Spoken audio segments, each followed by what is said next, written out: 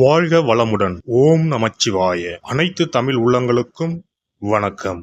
2025ஆம் ஆண்டு மார்ச் மாதம் நடைபெறவுள்ள சனி பெயர்ச்சியால் எந்தெந்த ராசிக்காரர்களுக்கு ஏழரை சனி, அஷ்டம சனி, கண்டக சனி, அர்த்தாஷ்டம சனி நடைபெறப் போகிறது. இதனால் மேசம் முதல் மீனம் வரை 12 ராசிகளுக்கு 2025இல் எப்படி இருக்கும் என்பதனை பற்றி விரிவாக காண்போம். நீண்ட நாட்களாக தனது கும்பராசியில் அமர்ந்திருந்த சனி பகவான் தற்போது கும்பராசியில் இருந்து வெளியேறி குரு பகவானின் ஆதிக்கத்தில் உள்ள மீனராசியில் பிரவேசிக்க உள்ளார். திருக்கணித பஞ்சாங்கத்தின்படி 2025ஆம் ஆண்டு மார்ச் மாதம் 29ஆம் தேதி இரவு 9:44 கும்பராசியில் உள்ள புரட்டாதி நட்சத்திரம் 3ஆம் பாதத்தில் இருந்து மீனராசியில் உள்ள புரட்டாதி நட்சத்திரம் 4ஆம் பாதத்திற்கு பெயர்ச்சியாக உள்ளார். முதலில் நாம் காண இருப்பது ஏழரை சனி.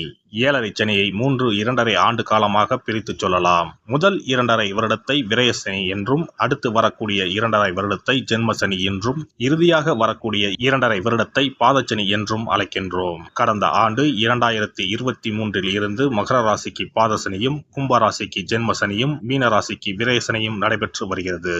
இனி வரக்கூடிய சனி பெயர்ச்சியால் மேச ராசிக்காரர்களுக்கு ஏழரை சனி ஆரம்பித்து அடுத்த 2.5 வருடம் விரயசனி நடைபெற உள்ளது.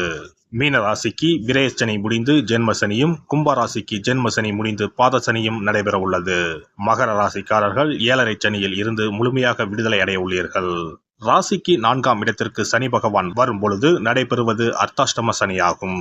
ராசிக்கு 7இல் சனி பகவான் வரும்போது நடைபெறுவது கண்டக சனியாகும். ராசிக்கு 8இல் சனி பகவான் வரும்போது அஷ்டம சனி நடைபெறும். வரும் சனி பெயர்ச்சியின் போது மகரம், கடகம், விருச்சிக ராசிக்காரர்கள் சனியின் பாதிப்பில் இருந்து விடுபட உள்ளீர்கள்.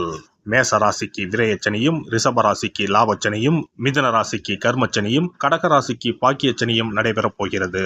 சிம்ம ராசிக்கு அஷ்டமச்சனி, கன்னி ராசிக்கு கண்டகச்சனி, துலாம் ராசிக்கு ரோகச்சனி, விருச்சிக ராசிக்கு பஞ்சம சனி, தனுசு ராசிக்கு அர்த்தாஷ்டம சனி, மகர ராசிக்கு சகாய சனி, கும்பராசிக்கு பாதசனி, மீன ராசிக்கு ஜென்மசனி நடைபெற உள்ளது.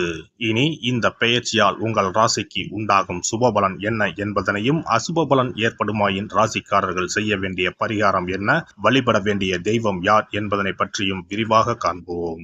நடைபெற போகும் இந்த சனி பெயர்ச்சியால் உங்கள் வாழ்வில் வளமும் நலமும் செல்வ செழிப்பும் பெற்று வாழ்வில் உயரிய நிலையை அடைய எல்லாம் வல்ல எம்பெருமானை வேண்டி விரும்பி கேட்டுக்கொள்கிறேன். தனுசு ராசி அன்பர்களே, நீங்கள் செய்யும் நல்லது கெட்டது என அனைத்து கர்மங்களுக்கும் ஏற்ற அனைத்து பலன்களையும் அள்ளித்தருவார் சனி பகவான். சனி பகவான் துலாம் ராசியில் உச்சமடைகிறார். அதாவது பிளஸாக இருந்தாலும் மைனஸாக இருந்தாலும் மொத்தமாக கணக்கை தீர்ப்பவர் சனி பகவான். அந்த வகையில் சனி பெயர்ச்சியில் தனுசு ராசிக்காரர்களுக்கு பல்வேறு நல்ல பலன்கள் கிடைக்க பெற்றாலும் பல விஷயங்களில் கவனமாக இருக்க வேண்டியதும் அவசியம். தனுசு ராசியை பொறுத்தவரையில் ஏழரை சனி முடிந்துவிட்டது. ஆனால் அர்த்தாஷ்டம சனி ஆரம்பமாகிறது. இதனால் 4ஆம் வீட்டில் சனி பகவான் வந்து அமர்கிறார். 2ஆம் அதிபதி, 3ஆம் அதிபதி 4ஆம் வீட்டுக்கு வந்து அமர்கிறது. ஏழரை சனியில் வந்த பாதிப்புகளின் பாதி இந்த அர்த்தாஷ்டம சனியில் வரும். ஆனால் சனி பகவான் குருவின் வீட்டில்தான் அமர்ந்திருக்கிறார். 7ஆம் பார்வையாக குரு பார்ப்பதால் நிலம், வீடு போன்றவற்றை விற்பதற்கான வாய்ப்புகள் சாதகமாக அமையும். கணவன் மனைவிக்குள் அந்யோன்யம் உண்டாகும். வீட்டில் சங்கடங்கள் தீரும். பணத்தட்டுப்பாடுகள் நீங்கும். லாபம் பெருகும். ராசி லக்கணத்தில் இருந்து 3ஆம் இடத்தில் ராகு பகவான் அமர்வதால் தைரியம் பெருகும். எது வந்தாலும் பார்த்து கொள்ளலாம் என்ற தைரியம் பிறக்கும். திருமண பாக்கியம், குழந்தை செல்வம் உண்டாகும். குடும்பமும் மகிழ்ச்சியும் சந்தோஷமும் குலதெய்வ வழிபாடும் என ஆசீர்வாதம் நிறைந்த ஆண்டாக இருக்கும். பிரிந்திருந்த தம்பதிகள் ஒன்று சேர்வீர்கள். லாபஸ்தானத்தை குரு பார்ப்பதால் லாபங்கள் உண்டாகும். பண வரவு, பதவி உயர்வு, சம்பள உயர்வு கிடைக்கும். அலுவலக வேலைகளில் அழுத்தம் அதிகரிக்கும். சனி பகவான் 4ஆம் வீட்டில் அமர்வதால் வாகனம், மனை போன்ற விஷயங்களில் சிறு நெருடல்கள் ஏற்படும். மாத்ருஸ்தானம், இடம், வாகனம் தொடர்பான பிரச்சனைகள் ஏற்படும். தாயின் உடல்நலில் கவனம் செலுத்த வேண்டும். வீடு, நிலம், கட்டுமானத்துறை, வங்கித்துறை, ஆசிரியர் துறை, உற்பத்தி துறை போன்றவற்றில் சாதிப்பீர்கள். வார்த்தைகளை கொடுக்கும்போது பக்குவமாக யோசித்துதான் பயன்படுத்த வேண்டும். சனி பகவான் உத்திராட்டாதி நட்சத்திரத்தில் பயணிக்கும் போது சகோதரருடனான பேச்சுவார்த்தையில் கவனமாக இருக்க வேண்டும். குறிப்பாக இடம், பாக பிரிவினை போன்ற விஷயங்களை பிறகு பார்த்து கொள்ளலாம் என தவிர்த்து கொள்வது நல்லது. கணவன், மனைவி, வியாபார கூட்டாளிகள் சம்பந்தப்பட்ட விஷயங்களில் நெருடல்கள் வராமல் தங்களை புத்திசாலித்தனமாக பார்த்து கொள்ள வேண்டும். பொதுவாக தனுசு ராசிக்காரர்கள் உங்களுடைய விஷயம் என்னிடம் இருக்கக்கூடாது, என்னுடைய விஷயம் உங்களிடம் இருக்கக்கூடாது என பர்ஃபெக்டாக இருப்பார்கள். தொழில் சம்பந்தப்பட்ட விஷயத்தில் கூடுதலான கவனம் செலுத்த வேண்டும். கடன் வாங்குவதற்கு சனி உங்களை தூண்டும். 4ஆம் இடத்தில் இருக்கக்கூடிய சனி பகவான் 3ஆம் பார்வையாக 6ஆம் இடத்தை பார்க்கிறார். எனவே கடன் வாங்குவது தேவையா என்றும் அதனால் அபிவிருத்தி ஏற்படுமா என்பது போன்ற விஷயங்களை புத்திசாலித்தனமாக பார்த்து கொள்ள வேண்டும். 4ஆம் இடத்தில் இருக்கக்கூடிய சனி பகவான் ஜென்ம ராசியை 10ஆம் பார்வையாக பார்ப்பதால் போதிய ஓய்வு எடுத்துக்கொள்ள வேண்டும். மாணவர்களை பொறுத்தவரை கல்வியில் கூடுதல் கவனம் செலுத்த வேண்டும். நாளை பார்த்து கொள்ளலாம் என தள்ளி வைக்க கூடாது.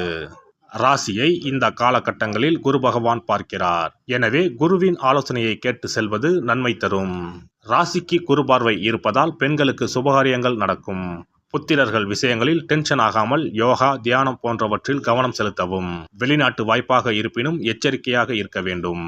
மாற்றுத்திறனாளிகளுக்கு உதவுவது, வாழ்வை இழந்த நபர்களுக்கு உதவுவது, பைரவருக்கு உணவிடுவது, காகத்துக்கு உணவிடுவது ஆகியவற்றை செய்வது நல்ல பலனை தரும். குரு வழிபாடு, ஆஞ்சநேயர் வழிபாடு, மகாவிஷ்ணு வழிபாடு, நரசிம்மர் வழிபாடு அனுகூலத்தை உண்டாக்கும். சிறப்பு பரிகாரம். நவ கிரகங்களில் சனி பகவான் நீதி தவறாதவர். அவரவர் கர்ம வினைகளுக்கு உரிய பலனை தவறாமல் வழங்குபவர். பொதுவாக சனி பெயர்ச்சி என்றாலே எல்லோரும் பயப்படுவார்கள். அப்படி பயப்பட வேண்டிய அவசியமே இல்லை. சனி பகவானால் பாதிப்புகள் ஏற்படும் பட்சத்தில் பாதிப்பில் இருந்து விடுபட பல எளிய பரிகாரங்கள் உள்ளன. ஒரு கைப்பிடி பச்சரிசியை எடுத்துக்கொண்டு அதை நன்றாக பொடி செய்து கொள்ள வேண்டும். பிறகு சூரியனை வழிபட வேண்டும். சூரியனை வழிபட்ட பிறகு குளக்கரையிலோ மரத்தின் அடியிலோ உள்ள விநாயகரை 3 முறை வலம் வந்து வழிபட்டு விட்டு பொடி செய்த பச்சரிசி மாவை தரையில் போட வேண்டும். அப்படி போடும் மாவை எறும்புகள் எடுத்துச் செல்லும். குறிப்பாக வன்னி மரத்தின் அடியில் இருக்கும் விநாயகரை வலம் வருவது மிகவும் விசேஷம். இந்த பரிகாரத்தை எப்போதுமே தொடர்ந்து செய்வது மிகவும் நல்லது. ஒருவருக்கு சனி தசை வந்துவிட்டால் அவருக்கு சந்தேக புத்தி வந்துவிடுகிறது. யார் சொல்வதையும் ஏற்றுக்கொள்ள மாட்டார்கள். குறிப்பாக அஷ்டமத்து சனி மிகவும் கஷ்டப்படுத்திவிடும். 7.5 சனியின் பாதிப்பை விடவும் அஷ்டமத்து சனி மிக அதிக பாதிப்பை ஏற்படுத்தும். அஷ்டம சனி நடப்பவர்கள் சனியினால் ஏற்படக்கூடிய பாதிப்புகளில் இருந்து விடுபட பின்கூறும் நியதிகளை கடைபிடித்தால் பாதிப்புகளின் தாக்கத்தில் இருந்து விடுபடலாம். சனி தசை நடக்கும்போது எந்த செயல் செய்தாலும் தாமதமாகும். அதற்காக கோபப்படக்கூடாது. பொறுமையாக இருக்க பழகிக்கொள்ள வேண்டும். தினமும் காகத்துக்கு எள் கலந்த சாதம் வைக்கவும். பிரதோஷ பூஜைகளில் பங்கேற்பது நல்லது. சனிக்கிழமை தோறும் சனி பகவானுக்கு இரும்பு அகல் விளக்கில் நல்லெண்ணெயில் தீபம் ஏற்றி வழிபடவும். கருங்குவளை மலர்களால் சனி பகவானுக்கு அர்ச்சனை செய்து வரலாம். வன்னி மர இலைகளை மாலைகளாக தொடுத்து சிவபெருமானுக்கு சனிக்கிழமை தோறும் சாற்றி வணங்கி வழிபடவும். சனிக்கிழமை அன்று அசைவ உணவு கண்டிப்பாக சாப்பிடக்கூடாது. சனிக்கிழமை தோறும் நல்லெண்ணெய் குளியல் செய்தால் கெடுதல் குறையும். விநாயகர் வழிபாடு செய்யலாம். அனுமன் வழிபாடு சனி பகவானின் தொல்லைகளை குறைக்கும். ஞாயிற்றுக்கிழமை மாலை ராகு கால வேளையில் கால பைரவரை வணங்கி வரலாம். தேய்பிறை அஷ்டமி நாளில் கால பைரவரை வணங்கி வருவது நன்மை தரும். ஏழை மாணவர்களின் படிப்பு செலவுக்கு உதவலாம். சனி பிரதோஷ வழிபாடு செய்வது சிறப்பு. அன்னதானத்துக்கு உதவி செய்யலாம். சித்தர்களின் பீடங்கள், ஜீவ சமாதி பீடங்களுக்கு சென்று வணங்கி வழிபடலாம். வன்னி மரத்தை சுற்றி வந்து வணங்க வேண்டும். இதனால் சனி பகவானின் கொடுமையான பாதிப்புகள் விலகிவிடும். பிரதோஷ காலத்தில் சிவபெருமானுக்கு வில்வ இலை கொடுத்து வணங்க வேண்டும். தினமும் ராமநாமம் ஜபித்து வந்தால் சனி பகவானின் தொல்லையிலிருந்து தப்பிக்கலாம். கால்கள் இல்லாமல் நடக்க இயலாதவர்களுக்கு இயன்ற உதவியை செய்யலாம். இந்த வழிமுறைகளை முறையாக கடைபிடித்து சனியினால் ஏற்படக்கூடிய பாதிப்புகளின் தாக்கத்தில் இருந்து விடுபடலாம். எல்லாம் வல்ல இறையருளால் நீங்களும் உங்கள் அன்பு குடும்பமும் உடல் நலம், நீலாயுள், நிறை செல்வம், உயர் புகழ், மெய்ஞானம் ஓங்கி வாழ்க வளமுடன். இந்த வீடியோ பதிவு உங்களுக்கு பிடித்திருந்தால் லைக் பண்ணுங்க, கமெண்ட் பண்ணுங்க, ஷேர் பண்ணுங்க. மறக்காம சப்ஸ்கிரைப் பண்ணுங்க. பக்கத்துல இருக்கிற பெல் பட்டனை கிளிக் பண்ணுங்க. நன்றி, வணக்கம். ஓம் நமச்சிவாய. சிவாய நம.